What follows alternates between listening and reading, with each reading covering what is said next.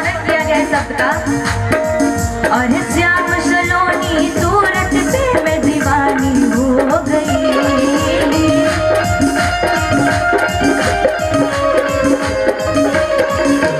श्याम सलोनी सूरत पे मैं दीवानी हो गई।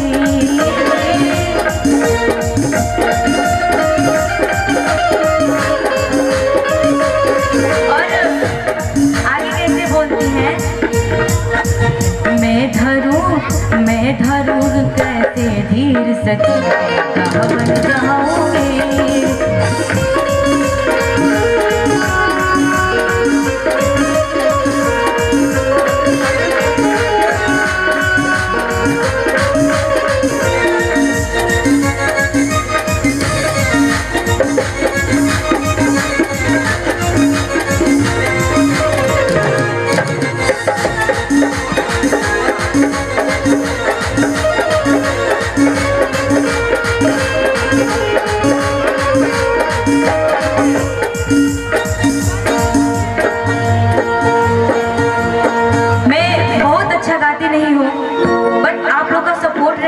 और आशीर्वाद रहेगा तो मैं जरूर कुछ बोलूंगी, बट आप लोग आशीर्वाद दीजिए ताली बजा के इस बिटिया को बस।